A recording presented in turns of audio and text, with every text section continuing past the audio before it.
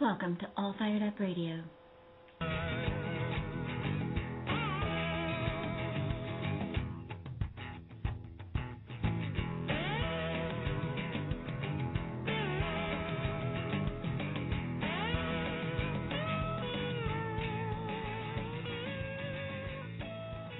When the mainstream media leaves you scratching your head, join us for Words Matter.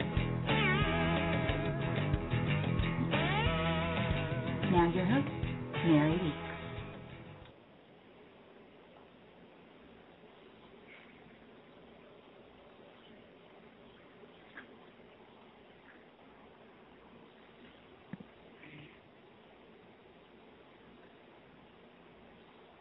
And good afternoon, everybody. Welcome to All Fired Up Radio. And our host, Mary Weeks, must be having a little bit of difficulty with her microphone right now. Oh, this is yeah, George. How is everybody? Hey, George. Can you hear me? There she is. How are we doing this evening? I did not know what was going on. Sorry, I'm so horrible with technology. I hate it with a passion, and it hates me right back. It's not a problem. How you doing this evening? Other than your mic beating you up. Yeah. It's been it's one of those weeks where just every little thing seems to be going wrong.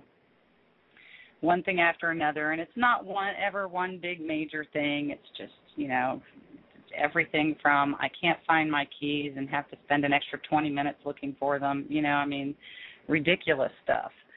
I don't know how to turn this stuff around sometimes. They always say we go through good streaks and bad streaks in life. Why is it that the bad streaks last longer than the good ones? It seems like it, doesn't it? I'm telling you. Like you said, you're on a streak now, losing the keys and all these little things that it's just one right after the other. And then you finally get a break, something starts doing good, and then next thing you know, it's another bad break, and you're on another roll. Well, may just be because they just feel longer when it's a bad run. It just takes forever to get to it. It's probably the same amount of time. It just feels so much longer. I'll tell you what, this economy is not helping, though. I feel like I'm just running ragged, spread too thin. There's just too much going on, and it's just too hard to try and make ends meet. And it doesn't look like it's getting any better. Doesn't feel like it on my end. I know that. Every month I sit back and I'm like, oh, I got it with so many dollars to spare, and that those dollars to spare seem to be getting smaller and smaller. Yes. Well, if you have any dollars to spare these days, you're doing pretty good. Seems like you can only tighten your belt so much, and it's hard not to get angry when you sit and listen to these guys talk, these politicians tell us that things are going good. Yeah. Not honest. We have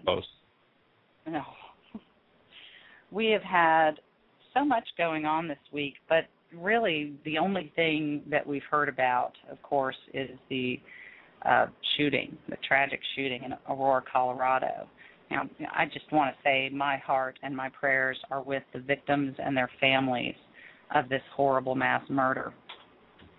And it has been dominating the news, and we will get to it. But quite frankly, I could bitch about the stupidity of gun control for hours on end. So I would like to address a couple of other news items first, and then we'll look at the gun control at the end.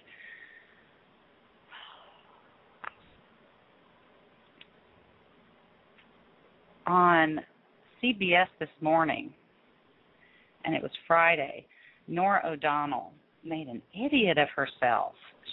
She was making fun of Representative Paul Ryan about Obama's tax increase. And it's a tax increase. I don't think I can say this enough. They keep talking about the Bush tax cuts and letting the Bush tax cuts expire. Paul Ryan makes such an excellent point in this next clip, and she barely lets him make the point. And she's plainly spreading Obama's lies because she and her network has an agenda of their own. And she actually has the nerve to laugh at Representative Ryan because he accurately describes our current tax situation. We have a clip for that. You got it ready, George? We got it going. Been planning on imposing. Let me bring Nora in here. We've been acting in the House, Charlie. We're just waiting for the Senate and the White House to do something. Thanks. Congressman, you're calling them tax policies and tax code. You're afraid to call them tax cuts now? They're not tax cuts, Nora, because they've been the current tax policy for 10 years. Come on, honestly, Nora, keeping taxes where they are is not cutting taxes. Preventing a tax increase is preventing a tax increase. It's not actually cutting taxes. So we're saying don't raise taxes, especially in this soft economy. But more importantly, Nora, 8 out of 10 businesses in America pay their taxes on the individual side of the code. 90% of Wisconsin businesses pay their taxes. More than half of small business income will be hit by the president's tax increase. As much as I hate to, I have to interrupt you because, as you know, we have this tragedy in Colorado. Yeah, you got to interrupt them because he's getting schooled on being how stupid they are. I'm sorry. I don't know if it's just my sound or yours. I don't know if it's just me or not, but I couldn't hardly hear that at all. Can you hear me? Am I coming through okay? Yeah, you are now. You were quiet for a second at the end, but you're back in there now. And the sound was quite loud, the clip. So maybe having an issue on your end, technical issue on your end. Okay, I'm sorry. I'm getting like every other syllable. Yeah, your brain. I can hear you closing off. You're going in and out. I can hear it on my end. You're going in and out. Oh, I am too. So it's probably my connection or something. Maybe. It might be. Oh, well, you're coming through a little better now. Can you hear me now? Yeah. Yeah, when you're coming in, you're fine. Oh, okay. Okay, good. You're just now starting to come through clearly. Okay, so you guys could hear the clip, right? Yeah, we heard it fine. Okay, good. And I thought it was kind of interesting the way the way he breaks in at the end of the clip, and he's like, "Okay, we've got to stop. We've got this tragedy in Colorado." And yes, there was a tragedy, and I'm not surprised they needed to talk about it. But to me, it was an interesting break, considering they really didn't seem to want to let Paul Ryan finish his point. Which his point proved that Nora O'Donnell is either a snide idiot or a smug liar. And when you see the video, I mean, when she's like being all snotty at Paul Ryan, she's got this smile on her face. I mean, it was disgusting. But when I saw this clip this weekend, I just kind of got the feeling that anytime someone starts to stick it to a liberal on policy or the economy in the next few weeks, we're going to have to talk about this horrible tragedy and how we should kill the evil NRA instead of addressing the economy again. Now, it was a definite weapon of choice to, they thought they were going to blow that up on Paul Ryan, and in reality what happened was Paul Ryan goes and schools them on how inaccurate they were on the taxes and the way they were trying to label a tax increase. So with the big smile on their face, and you're right, if the people go to the website after Mary posts it out there, you'll see that she had the big smile on her face, and she was sitting there going, okay, we're gonna make Paul Ryan look bad here. Well, he turned that right around, made her look bad, and showed them what was actually going on. And her I would imagine if the camera would have been on her instead of Paul Ryan, the smirk and the smile would have been gone. It would have been completely out the door. So Paul Ryan basically gets a stand up there. He gets the win, if you will, because it was the Colorado thing was basically being used as a way of getting that out to stop it. And I think we got Mary back here because she had dumped out on us for a second there. Are you back, Miss Mary? I still can't hear. Mary's still having trouble, obviously.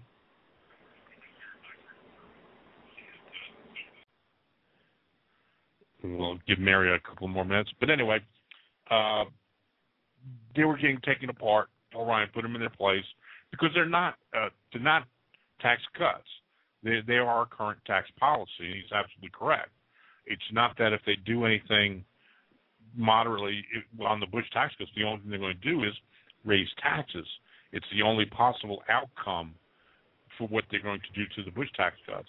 If they eliminate them, well, all those cuts that were in place as policy now will go away, and the result will be our taxes will raise, and we'll be paying more taxes. Let's try again. Miss Mary, you there? Yeah, I'm in and out. This is awful. I just messed with my Skype settings a little bit. I don't know if you can hear me at all. I can hear you. Oh. Okay, good. See, I told you every little thing this week. I just want to crawl right back into bed and hide it out and wait it out. Yep. So I missed what you were talking about. But we're basically just talking what you were going to talk about with how she thought she was smug about it, how she thought she was going to take Paul Ryan to school, and he basically schooled her by putting it right back in her face. And I kind of wish the camera would have been on her because that big smile, I'm sure, was gone. He called it as it was. It's not a tax cut. It's current tax policy, and if the policy changes, it'll become a tax increase. Not a tax cut, it'll be an increase. And it's going to be devastating. It's absolutely devastating if the Bush tax cuts go away. And I can't preach that enough on people. Yeah, this is just one more situation where words matter. And this is Obama playing a game. The Democrats are playing a game, and they just continue to call it the Bush tax cuts, and they're hammering that out there, repeating it. And obviously, I don't know if this Norah O'Donnell is just that spoon-fed that she totally believes it because he says it, or if she is just flat out lying. Because I don't know how you could possibly really have been paying attention for even the past couple of years, let alone the last decade of our government, and not realize that Obama, all he's doing is talking about raising taxes. And they just keep trying to say, oh, well, it's because we can't pay for the Bush tax cuts. I mean, if we've had the Bush tax cuts for a decade, then you can't very well blame any of our financial problems on those solely. It's not even a factor. Our spending is a factor. And the Bush tax cuts, as far as I'm concerned, are just another excuse not to cut spending. We think we're going to get another $1 trillion, I guess, out of this. And it still won't cover our deficit for 1 year. Not even for days. They sat down and they put the numbers to it. If they put in the tax cuts, tax increases that Obama wants by jumping them from 36 to 39, it pays the debt, just the interest on the debt for 10 days. And there's still 200. Yeah, 10 days. There's still 265 days left to the year. So what are you going to do then? Well, I'm not against these guys raising the taxes on the top 1%. But what about going out there and getting the other 50% who aren't paying? How about getting something out of them first? Make them taxpayers. We already know they're not paying. And just think, if you get them to pay, that 50% to pay at the rate that the 50% who are paying, well, you just doubled your revenues.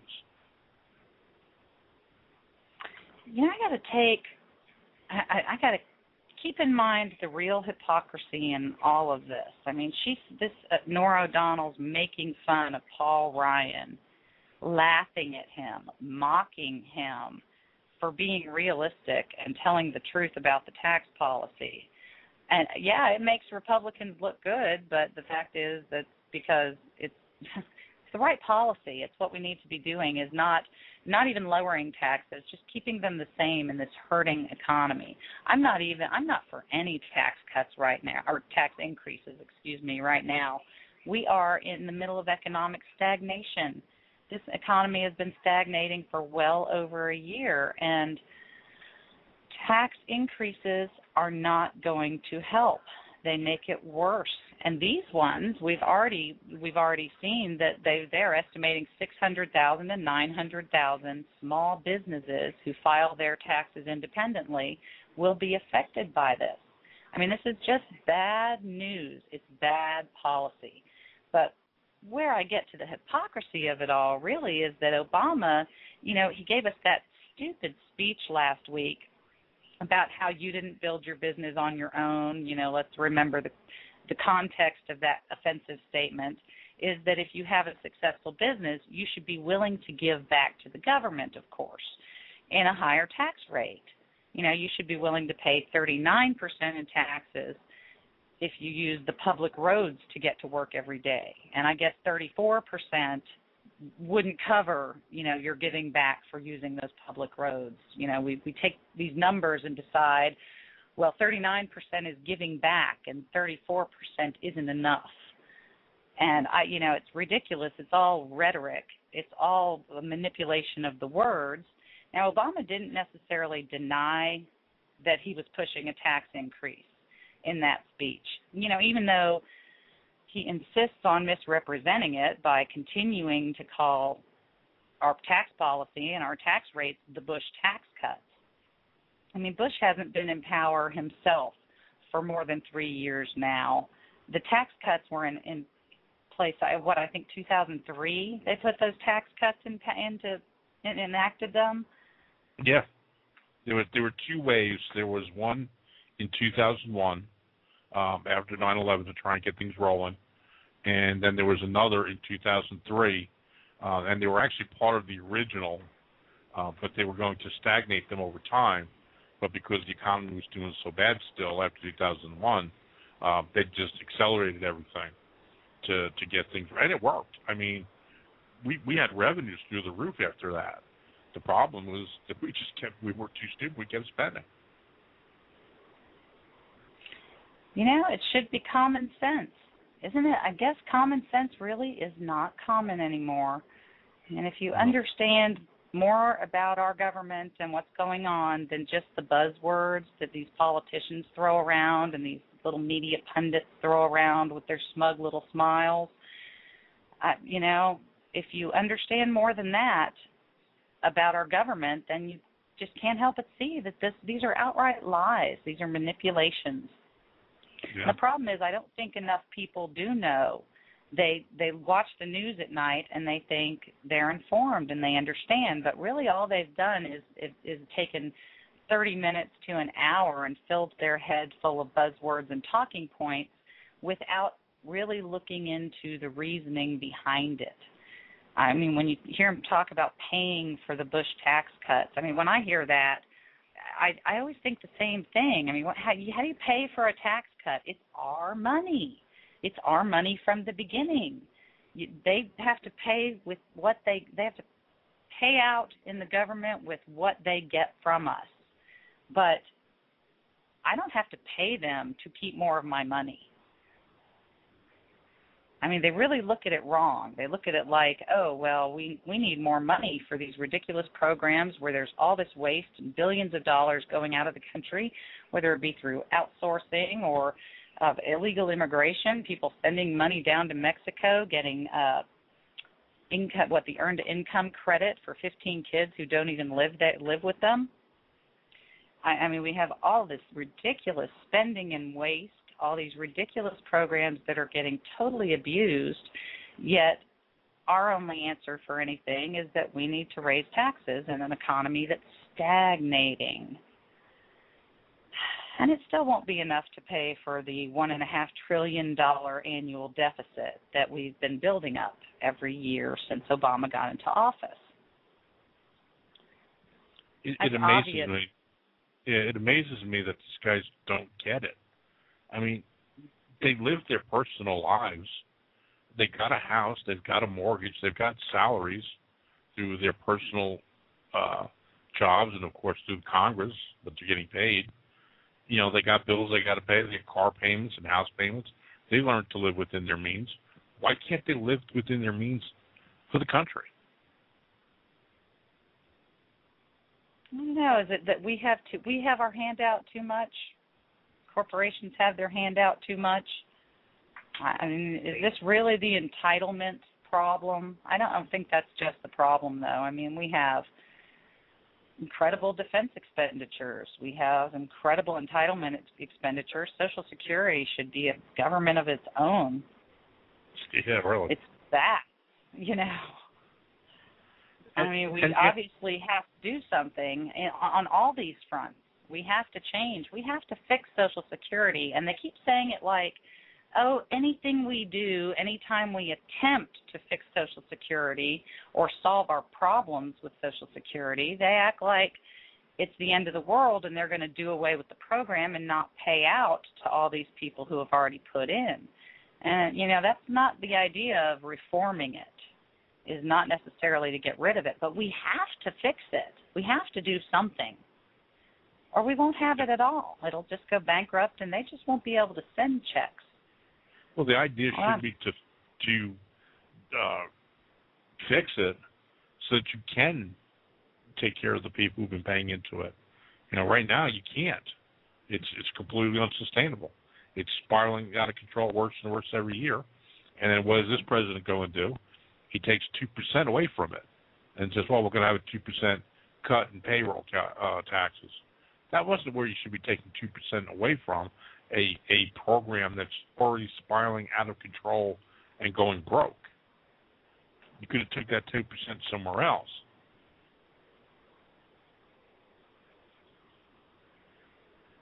Yeah. Oh, yes. Oh, well, it's obvious. Sorry, what'd you say? Can you hear me? Yeah, I hear you. You're still breaking up bad. See, I'm still getting every other syllable from you. It's terrible because I want to respond, but I don't know what you said. Good thing you wanted to speak back, but you don't know what to speak back to, right? I'm going to listen to the show and go, oh, is that what he said? Oh, I should have said this.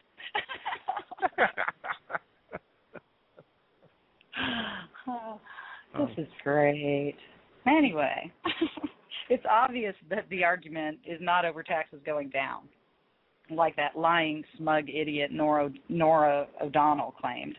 The argument is over whether or not taxes will go up and whether or not it is an economically sound idea when we're all already suffering from economic stagnation. Now, it's just my opinion, but Nora O'Donnell is a lying partisan hack. She knows full well that those tax increases are not tax cuts, but she keeps calling them tax cuts because she has an agenda. Her network has an agenda, and their agenda involves redistributing wealth. Now, tax increases in a period of economic stagnation like we are in now will not help the economy grow.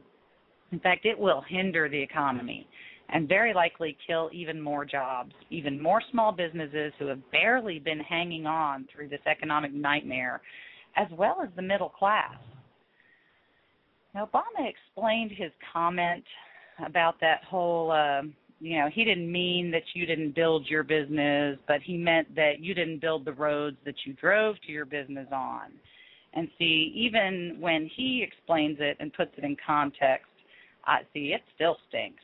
Because all he's really doing in that entire speech is rationalizing, and very badly in my opinion, why we should be happy to pay higher taxes. And it's kind of a bogus argument to start with because, the country needed to grow.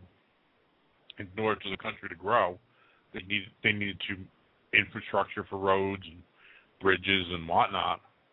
And so the government, whatever the reason, can sit back and say, well, we did. Well, no, you didn't do anything because all you did was collect tax money from us, and then you hired small businesses to build the roads that are out there with our tax money. So we built the roads, not the government.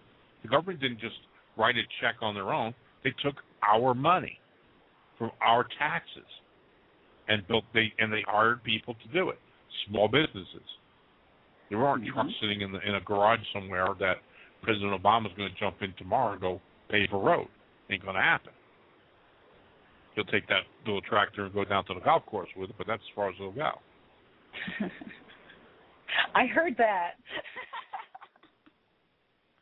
So he can sit there and brag all he wants. Oh, I know. Okay, Al Gore invented the internet. Thank you, Al Gore. But Al Gore didn't do anything with that internet. Small businesses did.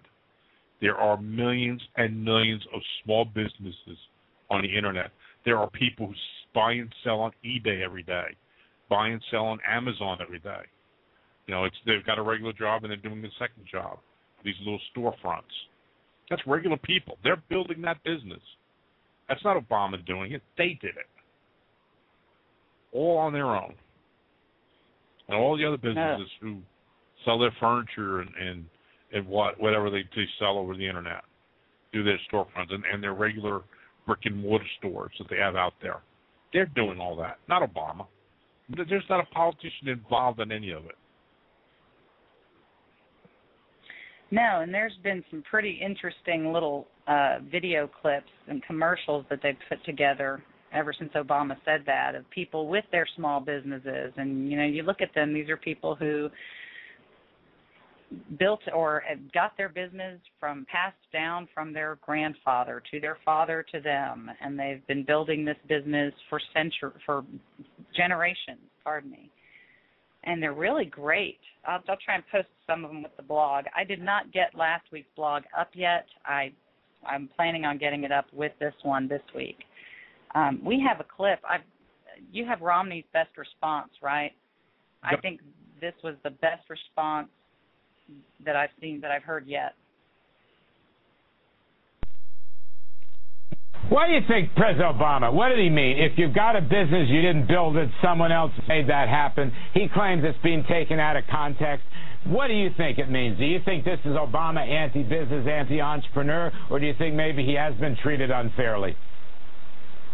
Well, just read the whole speech. I found the speech even more disconcerting than just that particular line. The context is worse than the quote. The context, he says, you know, you think you've been successful because you're smart, but he says a lot of people are smart. You think you've been successful because you work hard. A lot of people work hard. This is an ideology which says, hey, we're all the same here. We ought to take from all and give to one another, and that achievement, individual initiative, and risk-taking and success are not to be rewarded as they have in the past. It's a very strange and, in some respects, foreign to the American experience type of philosophy. We have always been a nation that has celebrated success of various kinds. The kid that gets the honor roll, the individual worker that gets a promotion, the person that gets a better job, and in fact, the person that builds a business. And by the way, if you have a business and you started it, you did build it, and you deserve credit for that. It was not built for you by government. And by the way, we pay for government. Government doesn't come free. The people who begin enterprises, the people who work in enterprises, they're the ones paying for government. So his whole philosophy is an upside-down philosophy that does not comport with the American experience. And if we want to get people working again, and that's my priority, if we want to get people working again, we have to celebrate success and achievement and not demonize it and denigrate the people who have worked hard, who are smart, who have made the kinds of investments to build a brighter future. Honestly, I do not give Romney enough credit, but I am perfectly satisfied that his response, that response to Obama on this matter, perfectly represents my views. Now, maybe I'll be able to vote without holding my nose this November after all. I've never been much on Romney throughout this entire election so far, but as far as I'm concerned, he is still miles better than Obama. He isn't an all-out Marxist, and, you know, the worst thing they can say about him is he's rich. Boo-hoo, you know, so is Obama. I just don't know how that's even a criticism anymore. And what's funny is Romney actually got rich in the private sector. He has a clue about business and going to work every day, and not about making a living out of manipulating people and establishments in order to get your way like a community organizer does. He's earning better for me. I'm like you. He wasn't my choice, and I wasn't too thrilled about him. But I gotta say, as time is going on, he's getting better. You know, he showed me by going to the NAACP that he can be a leader, and then this response here was just excellent. I mean, you couldn't have put that response any better. It was perfect, and he didn't do it with a teleprompter, and he didn't rehearse it. He said what was on his mind. He got it right. No, he handled that very well. I was very impressed with that entire speech at the NAACP. That was good stuff. He stood his ground. He stood for what he was going to stand for, and didn't pander and try and soften anything and twist anything, and just tell that group what they wanted to hear. And that's the first really excellent sign I've seen of him being a leader and being firm about something and firm on a stance, and not just worried about the winds of public opinion. I was impressed, and I agree. And the more I see of Romney and the more I see him speak, I like the things he says. And as with every politician, the thing that always worries me the most is that they don't mean what they say. Now, we've seen that with Obama on so many countless occasions. It's hard not to get disenfranchised. It's hard not to look at this and go, there's no hope. Right. I mean, we have no chance. Because no matter what we do, they all tell us the right things, and then they get into office and don't do them. But I really think that our saving grace in this election is going to be a changeover in the Senate. I think what we need 4 seats. Republicans need 4 seats in the Senate to get a majority. And, I mean, once they can get a majority, if they can get all the Republicans to stand in line and march in lockstep on this stuff, they can pass some of the things that the House has passed. Maybe we can cut spending. Maybe we can reform the tax code. And Obama will pretty much be in the situation that even if he wins the re-election, God, I hope not, but even if he does, with a Republican Congress in control, he'll only have a veto or a signature for the bills they pass. It'll put him in the same situation with that Clinton was, where what are you going to say? You're going to argue that we shouldn't reform welfare when it's going bankrupt? Of course he couldn't make that argument when he had a Republican Congress. And, I mean, even if we just get the Senate and the House, that'd be sweet. It'd be wonderful. If nothing else, maybe they could pass a budget. It really bothers me that they won't pass a stinking budget. But I digress. That's about as simple of a job as you could have as a congressman to pass a budget. It doesn't even have to be a great budget, but just pass one. That's ridiculous. Well, and then, it gets even better.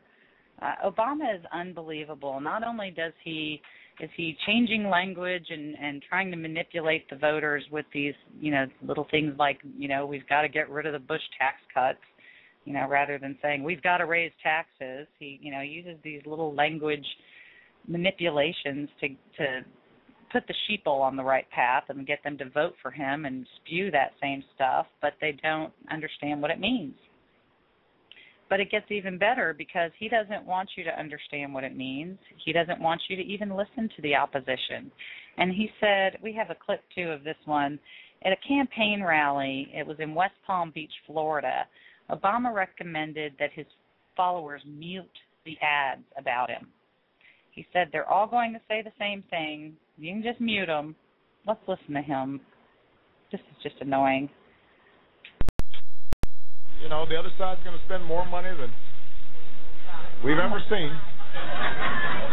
And, they'll have a bunch of ads with scary voices. And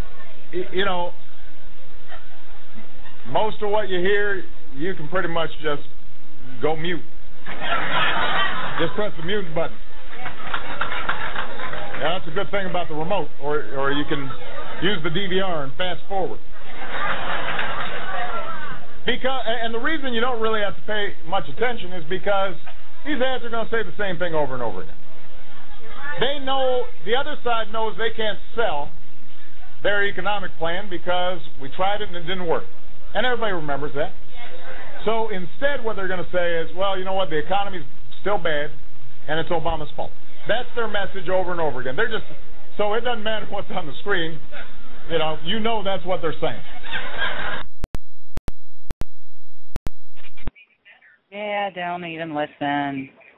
Just mute your TV. You don't need to hear what those people think. Oh, my goodness.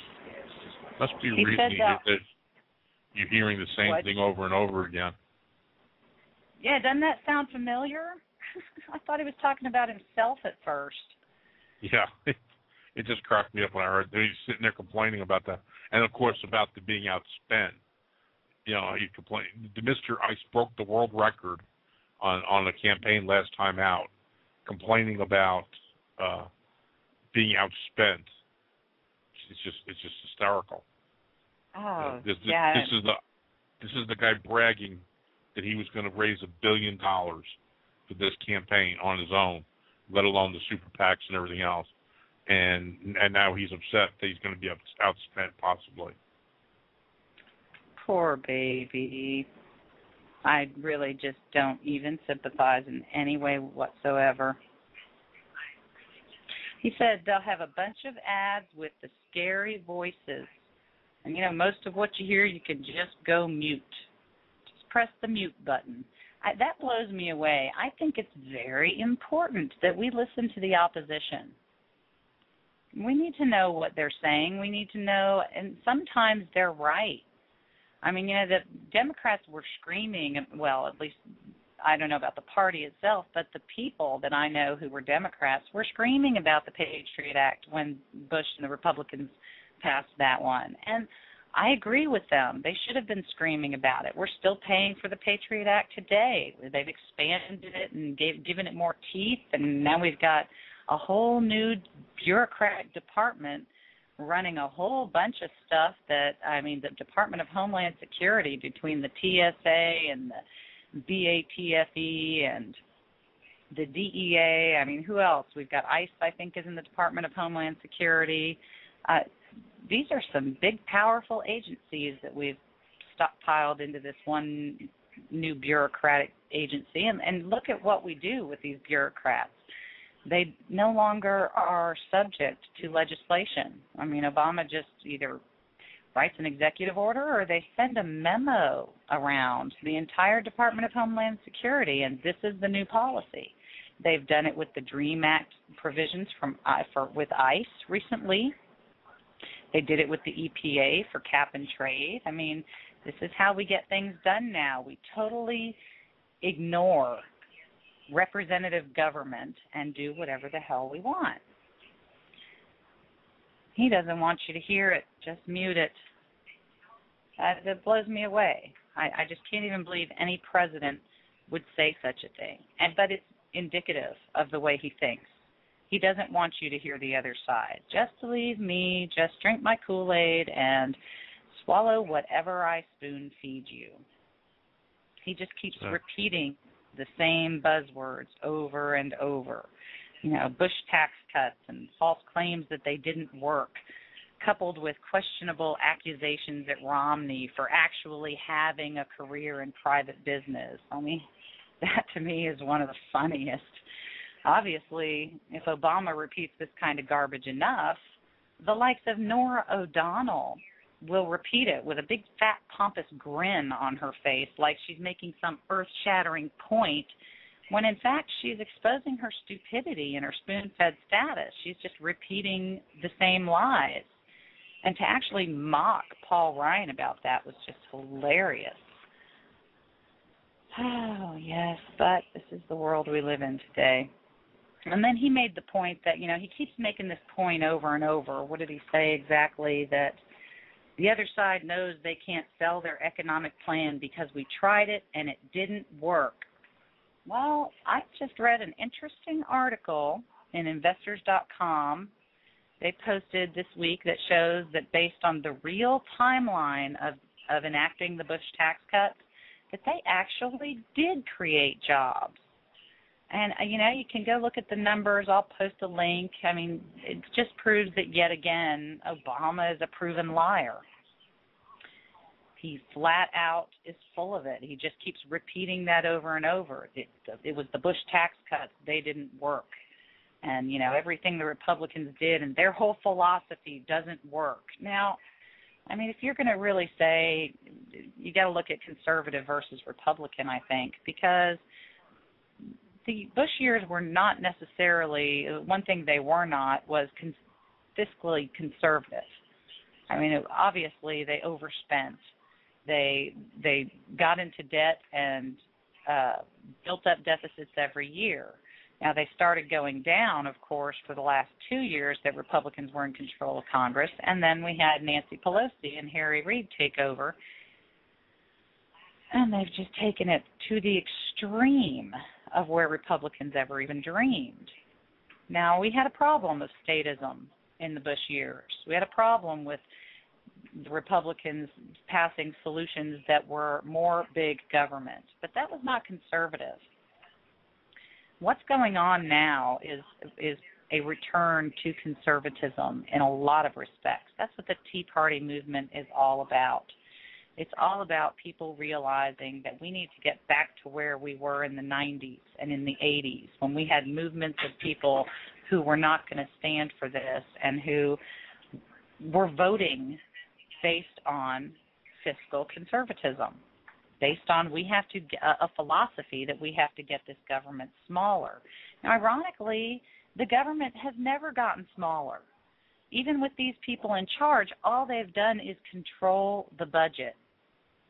But they haven't decreased the size of government. The size of government has grown exponentially. Since some of these departments have been started, it's outrageous, the power and reach that they have. Oh, but I'm digressing again. I could probably go off on this for hours as well. But we will get to gun control. And obviously, we're just having this stuff hammered at us, repeated over and over and over. And, it's really interesting that while Obama's pushing tax increases on at least 600,000 small businesses, another new report just came out from the IRS. And this report reveals that 35 of Obama's own executive office staff owe the country $833,000 in back taxes. I mean, the report finds that thousands of federal employees owe the country more than $3.4 billion in back taxes. And meanwhile, President Obama's IRS is busy auditing top Mitt Romney donors. The hypocrisy and the corruption of this is just stifling. It's just beyond reason. We keep looking at business and looking at people of a certain income and saying they're not paying enough, and it's just it makes no sense. We have half the country who pays no taxes at all. How can you say anybody who pays any taxes, other than those 50% who don't, how can they look at anybody and say you're not paying your fair share? What is your fair share? If it's between 0 and 39%, we really need something flat, a flat tax rate to call anything fair. Or we need a flat number. I mean, if every person in this country is worth $10,000 a year, then every person in this country should be taxed $10,000 a year. I mean, as far as how are we going to figure this out? What is the rate that is fair? And it's such an arbitrary word, fair. It's ridiculous to even use it. Every time I hear it, I think of my two little senior staffers when they were toddlers arguing with each other over a toy and who got more time with it and whether or not it was fair. I mean, if you really want, and I have told them this many times, if you really want equality, then neither one of you are going to like it because it's going to stick you at a certain level, period. And that works. That's true for toddler arguments, and it's true for most of the situations in our government establishment today. that's about all I can take, I think, of that hypocrisy. It's unbelievable how much they've turned, how much noise we got over that whole speech of Obama's, as far as, and I can't believe how many people have defended it and said that's not what he said, or it's taken out of context, or, you know, and Mitt Romney made the point wonderfully. It isn't taken out of context. When you look at it in its context, it makes you even madder. You know, it's even worse. So that brings us down to guns. Some nut job in Aurora, Colorado, randomly opened fire on a movie theater full of people. And ever since, the media has been overrun with talk about guns and gun control. Now, I really didn't want to focus on this subject because the media has been beating it to death from both sides. And, you know, the first thing we hear from, as far as they're just starting to get some facts trickle in, some details, and his name's Brian Ross. I think he was in an interview with George Stephanopoulos, and of course the first thing he has to say is, oh, I saw a guy named James Holmes, which that's the murderer's name, on a Tea Party website. And he said, I haven't confirmed it, he didn't know for sure, but there he is reporting it. And to me, the first thought I had is, oh, you went to look for this name on a Tea Party website. In the first day it happened, that was your first goal, your first agenda. First, see if they tie to the Tea Party, which of course he doesn't. They tried to tie that idiot who shot Gabby Gifford to the Tea Party as well, and they couldn't. What's really strange now is that the records have been sealed by the court. I guess not to get in the way of the case, and maybe they have legal reasons for that, but it looks very fishy. I mean, as far as I'm concerned, you're just asking for conspiracy theorists to come up with all kinds of reasons why you won't make these things public. And my gosh, the O.J. Simpson trial was on TV constantly, and we can't even hear the details of this case. It's interesting, the timing of it, I think, because conservatives have already been rallying online for a few weeks now, trying to make sure that the Senate doesn't approve the UN Small Arms Treaty that's been bandied about at the global level, at the UN. It looks like Senate Republicans may have gathered enough support to kill the approval of that treaty. I couldn't find an actual number of senators who have signed up to say that they will fight that approval. But it looks like the main fear and frenzy about it has subsided, and especially in light of this. I mean, like I said, it's interesting timing. But still, make sure that your own senator knows how you feel about the matter. It's really easy to email your senators and your representatives these days, and make sure they're representing you. But I digress. Back to gun control and crazy mass murderers.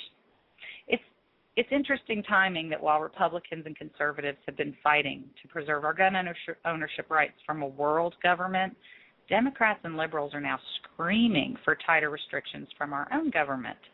And I just can't believe people are so foolish as to think that they're going to solve murders like that in Aurora, Colorado by strengthening gun control laws. It makes absolutely no sense. I mean, these idiots in the media have been jumping all over this issue, and they do this every time some nut job goes on a random killing spree. And it's no accident. It's perfectly in keeping with the agenda. And these people were frothing at the mouth to spew their gun control rhetoric within hours of the shooting. And it's such a backwards way to solve the problem. And maybe it's just a Texas thing, but I think the best way that you solve the problem of random shooters is that you mandate that everyone who's legally allowed to carry a gun must take a gun safety course and carry one. And you don't make certain places off limits. You let law-abiding citizens, hell, even mandate law-abiding citizens to carry their guns wherever they are. And then when some James Holmes bursts into a movie theater and opens fire at innocent victims, at least half the people there will be able to hop up and shoot that nut job and end his killing spree as quickly as it started. And apparently this isn't only a Texan idea either, because background checks for gun sales went up over 40% over the weekend. The firearms dealers there are saying that all of a sudden their courses for concealed carry permits are full. They had one guy said he's got a little gun shop. He said Monday morning he walked up to his store and there were 20 people outside waiting to get in. People are worried. A lot of people, and one of the guys at one of the stores said a lot of people are saying that, I didn't think I'd need a gun, but now I do. And they're all thinking, hey, I go to the movies. And, there really is no safe place. And getting rid of guns or changing gun laws is not going to stop criminals from getting guns. It'll just stop us law-abiding citizens. Because I'm not going to go steal a gun from somewhere or go buy a gun out of the back of somebody's car somewhere. So I'm going to take what they give me. And that's just limiting us, the law-abiding citizens, the ones who can stop this nonsense. We had Representative Rhonda Fields, and she's a Democrat from Aurora. And she said she understands what people are thinking when they walk into a gun shop, but she hopes buying a gun isn't the only response people have. And she'd also like to see Congress reinstate an assault weapons ban. And she said Colorado should look into other measures that could prevent tragedies like Friday's shooting. What gets me, too, is the wording, because they quote her, and she says, I think that's what the conversation needs to be. I don't think that to be preventative, we need to provide or have more guns. Well, I disagree. And the Constitution disagrees. She doesn't have a right to tell us what kind of guns we can have. I mean, and Ice-T had a very good point. Of all people, we got a rapper who came out and spoke on behalf of gun laws, and it was pretty good. I mean, he had an interesting interview. It was in London, and it was Friday, the day of the shooting. And he sat down with Krishnan Guru Murthy of Channel 4 in London, and he adamantly defended gun rights. He said he'll give up his gun when everybody else does. But more importantly, he said the right to bear arms is because that's the last form of defense against tyranny, not to hunt, to protect yourself from the police. He said the police, but it's not even just the police. It's the government in general. And what's funny is we've got the USDA and the EPA and the FDA and the U.S. Justice Department and all these people who didn't normally wear flak jackets and carry around guns breaking in and raiding Amish farmers or Gibson guitars. And these people are like cowboys coming in with, scaring the heck out of people. To what? To enforce federal regulations. Not even federal laws. Federal regulations and policies. There's something wrong with this government. Not only that, while our own idiots are talking about stricter gun laws and the evil NRA, our own stinking federal government sold a couple thousand assault rifles and guns to Mexican drug cartels. And all these liberals and Democrats are going to start jumping on it and saying, oh, we've got to do something about this. It just seems like those same people have been dismissing and making excuses for Fast and Furious for 2 years now. We've got to stop with the double standards.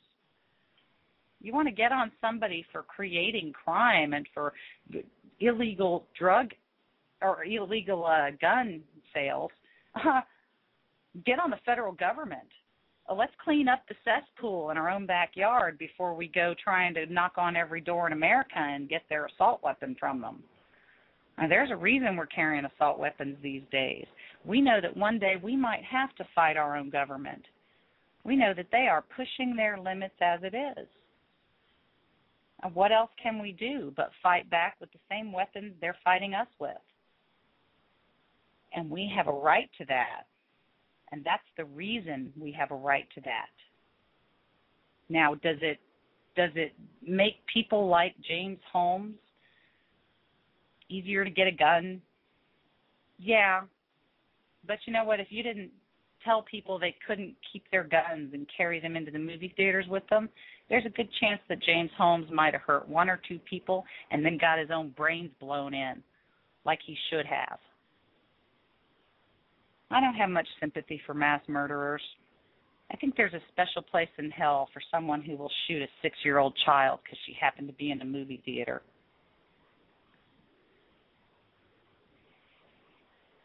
How much time do we have, George? 4 minutes. No. Do we have time? How long is Bill Crystal? Oh, Bill Crystal. Minute and a half. Yeah, let's run him real quick. Okay. I want to put up perhaps one of the reasons why Democrats have taken a walk on this. In the early 90s, the Gallup poll found that 78% of Americans supported stricter gun control regulation. That's now down to 44%. Isn't Senator By right, Kirsten, that the Democrats have given up on gun control? Well, the ABC News poll is 49% say we need to protect gun rights and 45% say tighter gun control, which I think goes with that. That's 4 points. I mean, there are a lot of people in this country who support gun control, and but it used to be 80%. Now it's 40%. That's fine, but there's a very simple reason that the Democrats are not supporting Senator Feinstein. Bless her heart for the hard work she's doing on this. The NRA. The gun control organizations that she kept referring to are called the NRA, and they own the Congress. The Republicans, they own the Republicans, and the Democrats cower in fear. Bill, I'll give you the last word. I mean, I'm a squish on gun control. I agree substantively with Kirsten. You can, the reason those numbers have changed in that poll is originally in 1968, after Bobby Kennedy was assassinated, gun control made controlling handguns. That is unreasonable. I think people have a right to handguns and hunting rifles. I don't think they have a right to semi-automatic quasi-machine guns that can shoot 100 bullets at a time. And I actually think the Democrats are being foolish as they're being cowardly. I think there is more support for some moderate forms of gun control if they separate it clearly from a desire to take away everyone's handguns or hunting rifles. All right. He's called a conservative pundit, Bill Crystal. Now, let's remember what a pundit is. A pundit, via Webster's dictionary, and I know Obama thinks looking in the dictionary is reaching, but I still say it's a valid source on language. The dictionary says that a pundit means a person who has or professes to have great learning, actual or self-professed authority. So if I claim that I'm a gun control expert, that makes me a pundit. I never think that a pundit on these news shows is an expert of anything. A pundit is more often than not just a self-proclaimed expert, or maybe better, a braggart who thinks he knows what's best for everybody else, like Bill Crystal. I've seen the man described both as conservative Fox contributor and a moderate New Yorker. And judging from his gun control stance, he's no conservative, and he's missing the whole point of the Second Amendment. Ironically, I consider Ice-T a better pundit on gun control.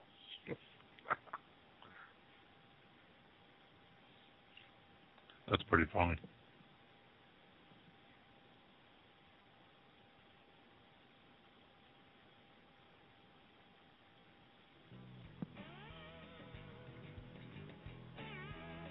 I think we just lost Mary again. Well, we're running out at the end of the show anyway. I want to thank everybody for being here and listening to our show. And I want to thank Mary Weeks. Always a great show, as always. Well-informed and bring us to her. We'll catch everybody next week. Everybody have a great time. See you all next week. And remember that words matter.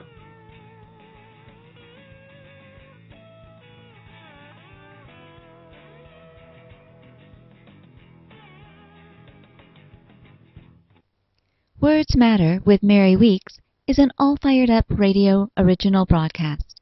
To find more Words Matter podcasts, go to www.allfiredupmedia.com.